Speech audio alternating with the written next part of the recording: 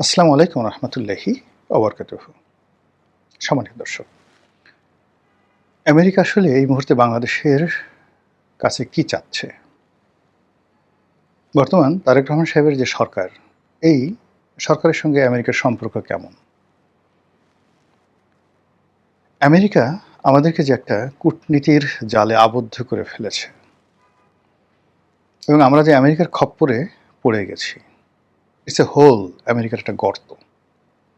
Whole বললে ভুল হবে, ব্ল্যাক হোল। এবং এই ব্ল্যাক হোলের মধ্যে একবার যারা পড়েছে, যারা আমেরিকার এই যাকে বলা হয় ট্যাবলেট খেয়েছে, তাদের পরিণতি দুই ধরনের হয়। যদি আপনি মিডল ইস্টের সেই সংযুক্ত আরব আমিরাত হন, ওমান হন, কাতার হন, সৌদি আরব হন, তখন আমেরিকার ম্যাজিক বা আমেরিকার যে দৃষ্টিভঙ্গি একভাবে কাজ করবে। কিন্তু আপনি যদি আমেরিকার কূটচালের মধ্যে পড়েন, তাহলে আজকে আফ্রিকার, উত্তর আফ্রিকা, দক্ষিণ আফ্রিকা, পশ্চিম আফ্রিকা এবং সাব সাহারা অঞ্চল সহ ইউক্রেন, এ সকল এলাকার অবস্থা যা হয়েছে, পূর্ব ইউরোপের যা অবস্থা হয়েছে, আমাদের অবস্থাও ঠিক একই হবে। এটা সোজা বাংলা কথা। আর হোল আর ব্ল্যাক হোল, অন্ধকার একটা গুহা, সেটা ব্ল্যাক হোল নয়। ব্ল্যাক হোল বলতে মহাকাশে এরকম একটা প্রযুক্তি বোঝায়, এরকম একটা পরিবেশ বোঝায়, এরকম একটা ঘূর্ণিপাক বোঝায় যে ওর মধ্যে যদি কেউ পড়ে, সেটা চন্দ্র, সূর্য, গ্রহ, তারা, নক্ষত্র, গ্যালাক্সি, আমাদের এই পৃথিবীর মতো লক্ষ লক্ষ পৃথিবী যদি ওই ব্ল্যাক হোলের ওই অবস্থার মধ্যে পড়ে, এই লক্ষ লক্ষ পৃথিবীর মতো গ্রহগুলো ও গিলে খেয়ে ফেলে 1 সেকেন্ডের মধ্যে। তো আমেরিকা সারা পৃথিবীতে যে এখন প্রভাব বিস্তার করেছে, তো তার ব্ল্যাক হোল, আমেরিকার তৈরি কোনো ব্ল্যাক হোলের মধ্যে যদি বাংলাদেশের মতো একটা রাষ্ট্র পড়ে এবং সেই রাষ্ট্রের পেছনে যদি চীনের মতো বৃহত্তর কোনো শক্তি না থাকে, রাশিয়ার মতো বৃহত্তর কোনো শক্তি না থাকে, জাস্ট গিলে খাবে, জাস্ট গিলে খেয়ে ফেলবে। তো সেই ফাঁদের মধ্যে আমরা পড়ে গেছি। তো আপনি যেহেতু একটা রাক্ষসের কবলে পড়েছেন, একটা ভূতের কবলে পড়েছেন, প্রেতের কবলে পড়েছেন, বা একটা দানবের কবলে পড়েছেন, কিংবা ধরুন একটা রোবটের কবলে পড়েছেন, ফ্রাঙ্কেনস্টাইনের দানব, ইট ইজ ম্যানমেড রোবট। তো সেক্ষেত্রে আপনার কি লাগবে যদি বাঁচতে হয়?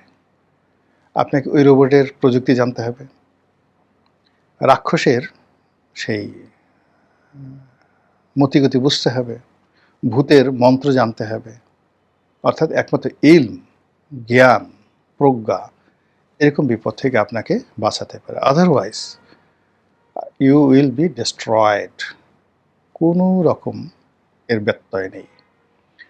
আমরা এই আমেরিকার যে জালের মধ্যে আটকা পড়ে গেছি শেখ হাসিনার পতনের পর থেকে, কাজে এই সময়টিতে আমাদের জানা ছাড়া, জ্ঞান ছাড়া, সৎসাহস ছাড়া আর ঐক্যবদ্ধ হওয়া ছাড়া আর কোনো উপায় নেই। আর এজন্যই মূলত এই ভিডিওটি করছি,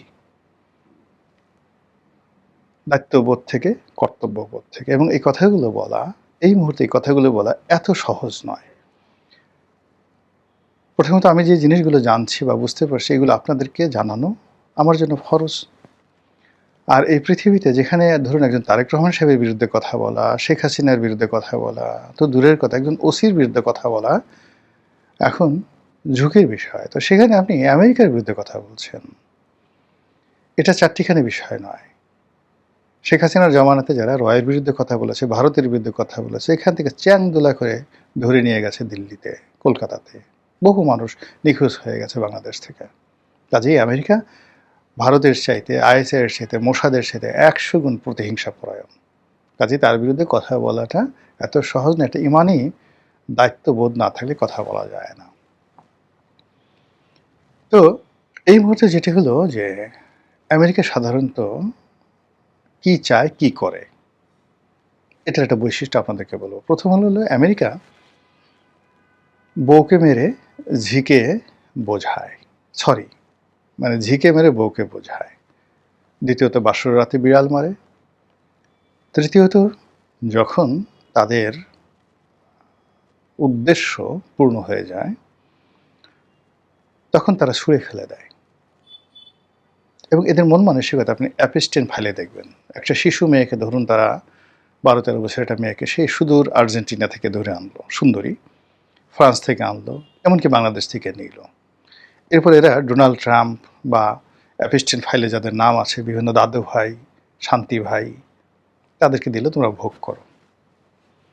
ভোগ করার পরে ওই মেয়েটাকে কুচি কুচি করে কাটলো, সেদ্ধ করলো, নাড়ি ভুড়ি বের করে ফেলো, জাল দিল, মাংস বানালো, আর ওই শান্তির দাদুদেরকে খেতে দিল।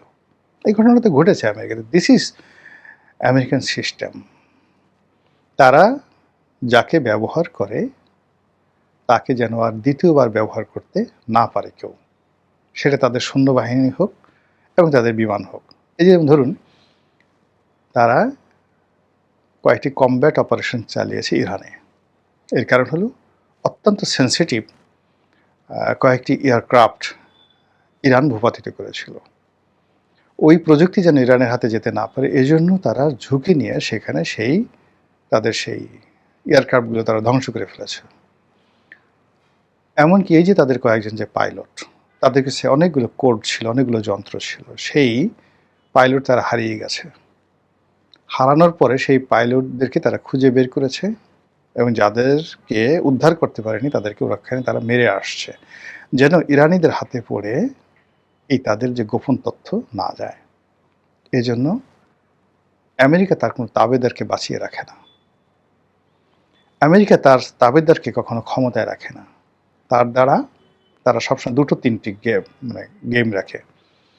যার দ্বারা তারা অপকর্ম করায়, রেজিম চেঞ্জ করায়, তাকে জীবিত রাখে না, ক্ষমতায় রাখে না, এবং তাকে, যাকে বলা হয়, বিশেষ নজরদারিতে রাখা হয়। আপনি ধরুন, এই যে বাংলাদেশের ব্যাপারে সবচেয়ে বেশি যে কাজগুলো করছে ডোনাল্ড ট্রাম্প, না ডোনাল্ড লু, ট্রাম্প প্রশাসনের ক্ষমতায় এসে সবার আগে ডোনাল্ড লুকে নাই করে দিয়েছে। আছে ডোনাল্ড লুয়ের কোনো নামগন্ধ?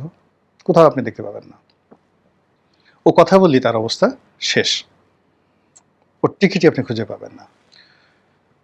2 নম্বর হলো যে ডোনাল্ড লুয়ের সঙ্গে যে সমস্ত বাংলাদেশের আমেরিকান এজেন্ট, দালাল, এদের প্রত্যেকটা লোকরে তারা শেষ করে দেবে, সামাজিকভাবে, অর্থনৈতিকভাবে, রাজনৈতিকভাবে, এবং এমন একটা ভীতিকর অবস্থা তৈরি করবে যে ওই সময়টাতে যে নোংরা কাজগুলো তারা করেছে, কোনো আমেরিকান এজেন্ট যেন কখনো সামনে এসে কথা বলতে না পারে, যেন হাল্লা রাজার মতো তাদের জিহ্বাটা কেটে দেওয়া হবে। ওই সময়টাতে যে সকল সাংবাদিক, যে সকল বুদ্ধিজীবী, যে সকল ব্যবসায়ী, যে সকল সরকারি কর্মকর্তা, যে সকল সামরিক কর্মকর্তা আমেরিকার এজেন্ট হয়ে এই পুরো রেজিম চেঞ্জের ব্যাপারে গোপন আতাত করেছে, এদের একটা লোককেও আমেরিকা বাংলাদেশে দাঁড়াতে দেবে না, কোনো ভালো জায়গাতে তাদেরকে দেবে না, তাদের সামনে কোনো মাইক থাকবে না, তাদেরকে তছনছ করে ছেড়ে দেবে। এবং এর মধ্যে অনেকগুলো লোক, জাস্ট আমি বলছি, তারা তো আমেরিকার পলিসিগুলো জানে না। না জানার কারণে এখন তারা হয়তো কেউ আমেরিকা ছেড়ে ভারতের দালাল হয়েছে, কেউ হয়তো বিএনপির দালাল হয়েছে, কেউ হয়তো কোনো দালাল হয়নি, তারা এখনও আমেরিকার সাথে তাদের ভাবসাব আছে। কিন্তু আমেরিকা যেই দিন শেখ হাসিনা পতন হয়েছে, সেই দিন ডোনাল্ড লু সহ তার যত সেট ছিল বাংলাদেশে, প্রত্যেকটাকে তারা ব্ল্যাকলিস্ট করে ফেলেছে এবং এদের কাউকে দ্বিতীয়বার ইউজ করা হবে না। তারা নতুন, যারা করবে তাদের জন্য নতুন রিক্রুটমেন্ট তারা করবে, আর পুরনো যেগুলো আছে ওল্ড হ্যাজার্ড, তাদের সবাইকে তারা কোরবানি করবে, কুচি কুচি করবে, নির্বিষ করবে, অথবা আতঙ্কে তাদের ডায়াবেটিস বানিয়ে দেবে। এই জন্য 80-র দশকের একজন মার্কিন এজেন্ট, একজন মার্কিন দালাল, একজন মার্কিন সিআইএর এজেন্ট আপনি কাউকেই বাংলাদেশে খুঁজে পাবেন না। তারা নেই, নামগন্ধ নেই, কেউ জানেন না। তো এখনও এই যে জুলাই আগস্ট বিপ্লবের সময় যে সকল আমেরিকার সঙ্গে যাদের দহরম মহরম হয়েছে এবং যারা আমেরিকার টাকা খেয়েছেন, যারা আমেরিকার টাকা খেয়ে বগল বাজিয়েছেন, তাদের সবার কপালে শনির দশা ঘুরছে। এই গেল এক, এটা আমেরিকার চরিত্র সারা দুনিয়াতে। 2 নম্বর হলো যে তারা কতগুলো স্বার্থ আদায় করার জন্য একটা সেট দাঁড়া করায়। ফার্স্ট সেট, এখন এখানে ফার্স্ট সেট কি ডক্টর মোহাম্মদ ইউনূস না বিএনপি? This the things.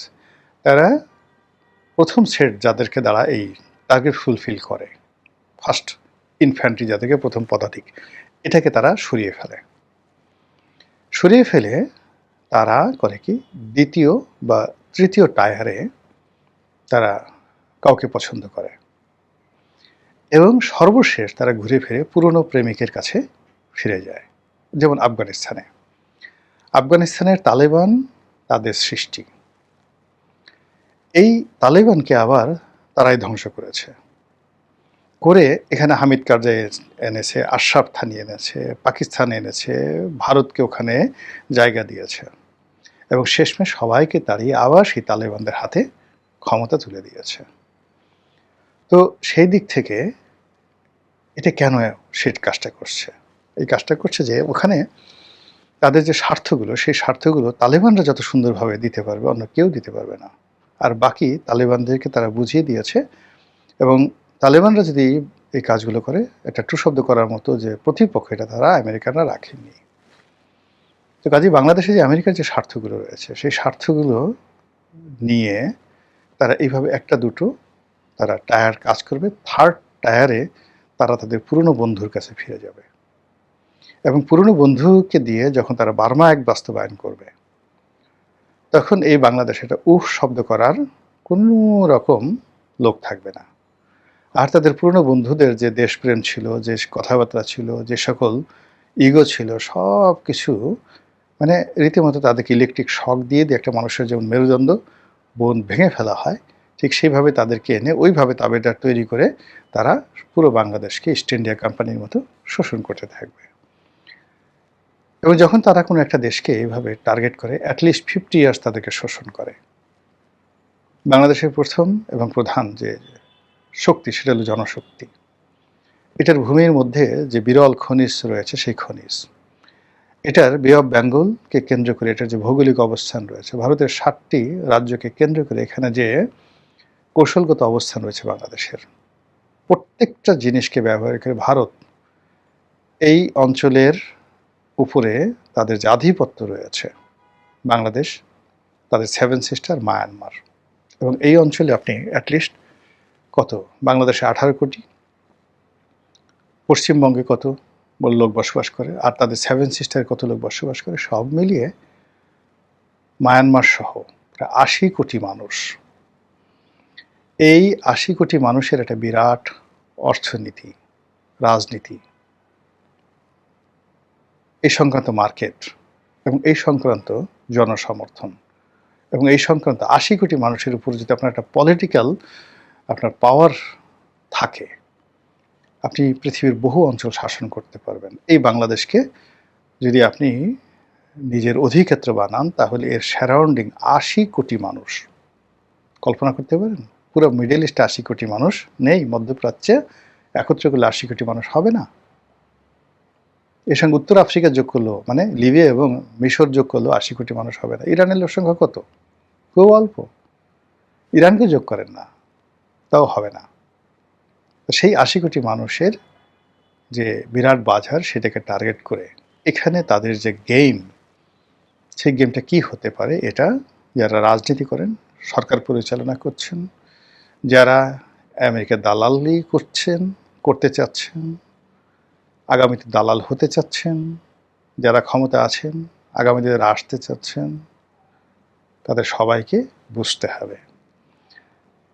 যদি তারা বুঝেন, ক্ষয়ক্ষতি কম হবে, আদারওয়াইজ পুরো জাতিকে নিয়ে আমাদেরকে বঙ্গোপসাগরে ডুবে মরতে হবে। যেভাবে হ্যামিলনের বাঁশিওয়ালার বাঁশির সুরে একবার ইঁদুরগুলো সেই নদীতে ঝাঁপ দিয়েছিল, আর দ্বিতীয়বার হ্যামিলনের বাঁশির সুরে শহরের সমস্ত শিশুরা ঝাঁপিয়ে পড়ে একটি দেশের সমস্ত ভবিষ্যৎকে, শিশুদেরকে মারা মানে সমস্ত ভবিষ্যৎকে তারা সেই সমুদ্রে নিক্ষেপ করেছিল বা নদীতে নিক্ষেপ করেছিল, হ্যামিলনের বাঁশির সুর। তদ্রূপ আমরাও সদল বলে সবাই সেই বঙ্গোপসাগরে ডুবার জন্য যাব, নাকি বুঝে সেই সাগরের যে পতন, সাগরে নিজের আত্মনিবেদন, আত্মাহুতি দেওয়ার যে অভিলাষ তার থেকে রক্ষা করব। আল্লাহ আমাদের সবাইকে হিকমা দান করুন, দৃঢ়তা দান করুন, উন্নত চরিত্র দান করুন এবং প্রতিকূল অবস্থার বিরুদ্ধে লড়াই করার শক্তি আমাদেরকে দান করুন। সাম্প্রতিক উদাহরণ ইরান। ইরানের জনগণের যে জ্ঞান, দৃঢ়তা, দেশপ্রেম, ইরানের নেতৃত্বের যে সাহস, কোনো কিছু না থাকা সত্ত্বেও তাদের যে সাহস, যা দিয়ে তারা আমেরিকাকে মোকাবেলা করছে, আল্লাহ আমাদেরকে সেই রকম দৃঢ়তা দান করুন। আসসালামু আলাইকুম ওয়া রাহমাতুল্লাহি ওয়া বারাকাতুহু।